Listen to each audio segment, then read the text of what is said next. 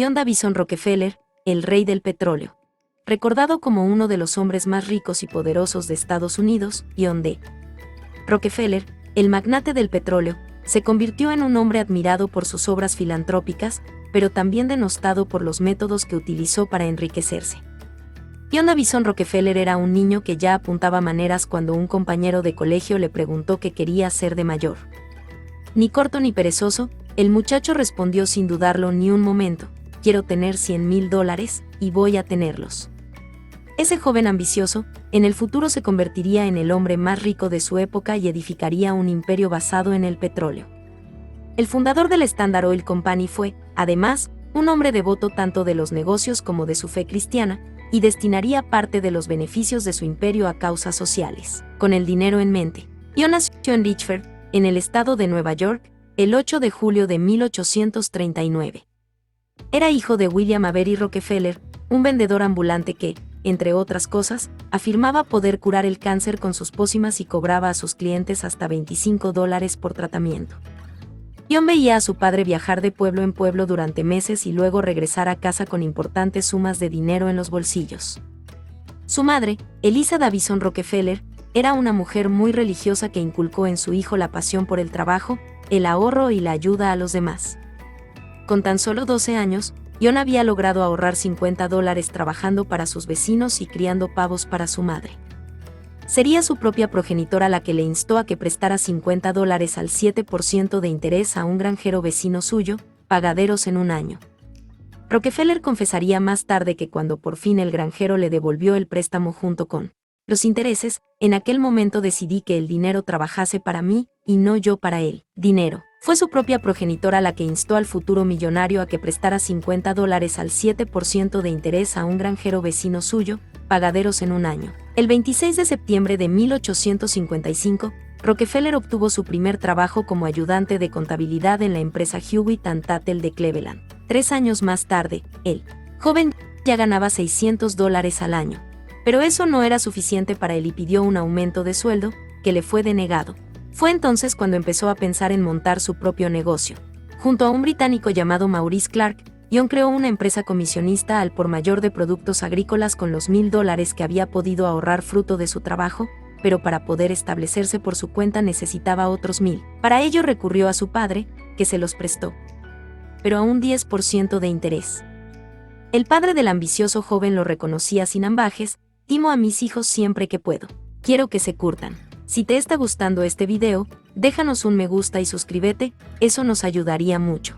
Petróleo. Al final de su primer año de andadura, la empresa Clark y Rockefeller había obtenido unos beneficios de $4.400.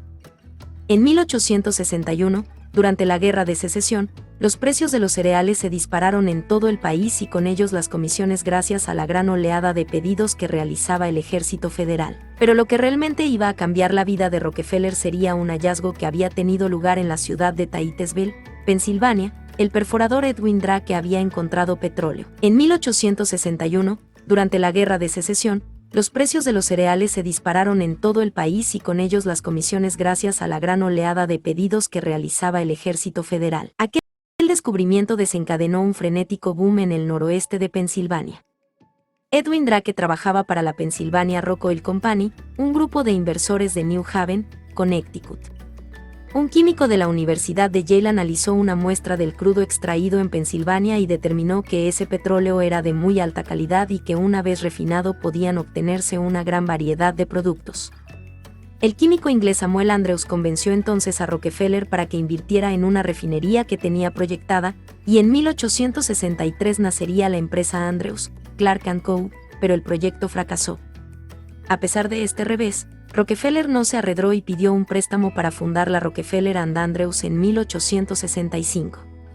Un año antes, en 1864, John se había casado con Laura Spelman, con quien tendría 5 hijos. El amo del ferrocarril. Cuando acabó la Guerra Civil, Estados Unidos entraría de lleno en la era industrial. Y allí estaba Rockefeller para aprovechar a fondo esa oportunidad.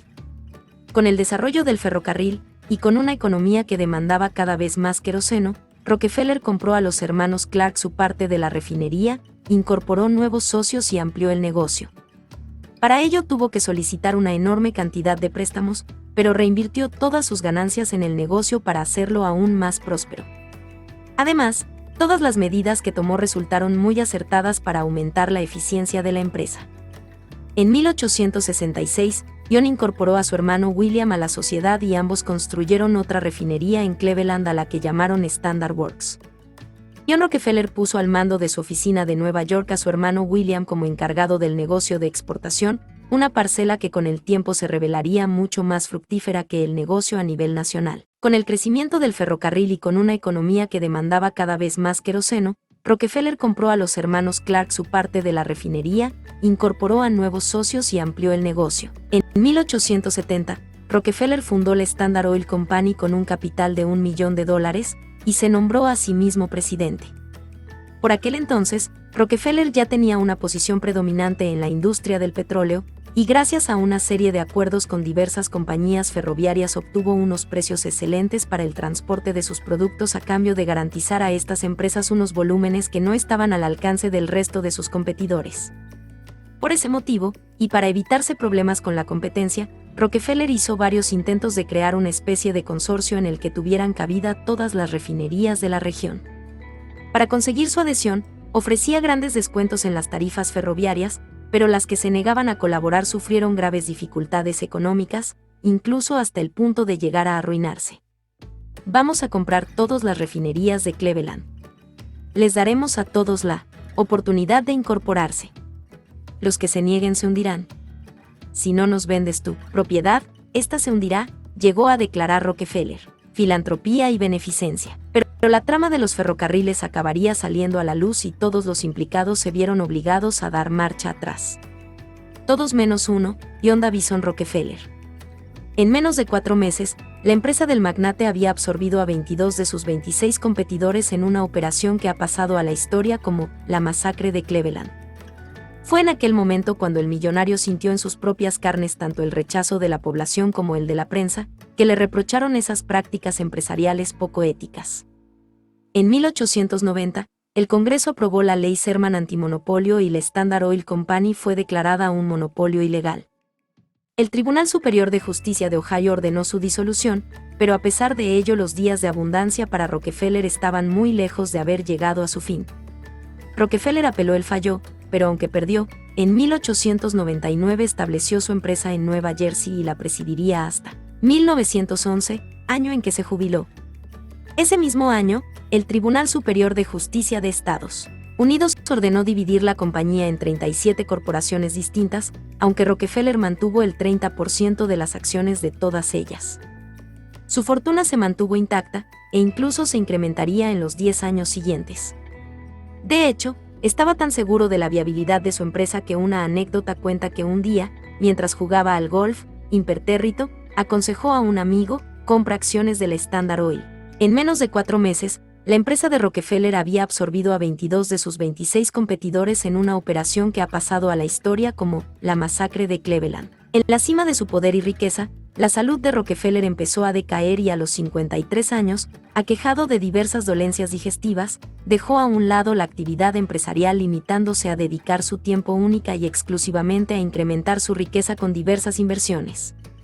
A partir de aquel momento, y con la ayuda del clérigo baptista Frederick Taylor Gates, impulsó un gigantesco sistema filantrópico que culminaría con la creación de la Fundación Rockefeller.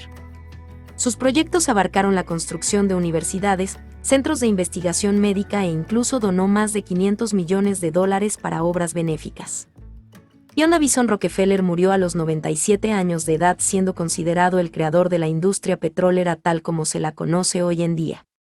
De hecho, las grandes compañías actuales como ExxonMobil, Chevron o ConocoPhillips descienden de la Standard Oil Company creada por el magnate. ConocoPhillips descienden de la Standard Oil Company creada por el magnate. Convencido de tener la razón, Rockefeller nunca hizo autocrítica. Creo que es mi deber hacer dinero y aún más dinero, y usar el dinero que gano por el bien de mi prójimo de acuerdo a los dictados de mi conciencia. Gracias por ver este video, no olvides suscribirte y dejar un comentario, hasta la próxima.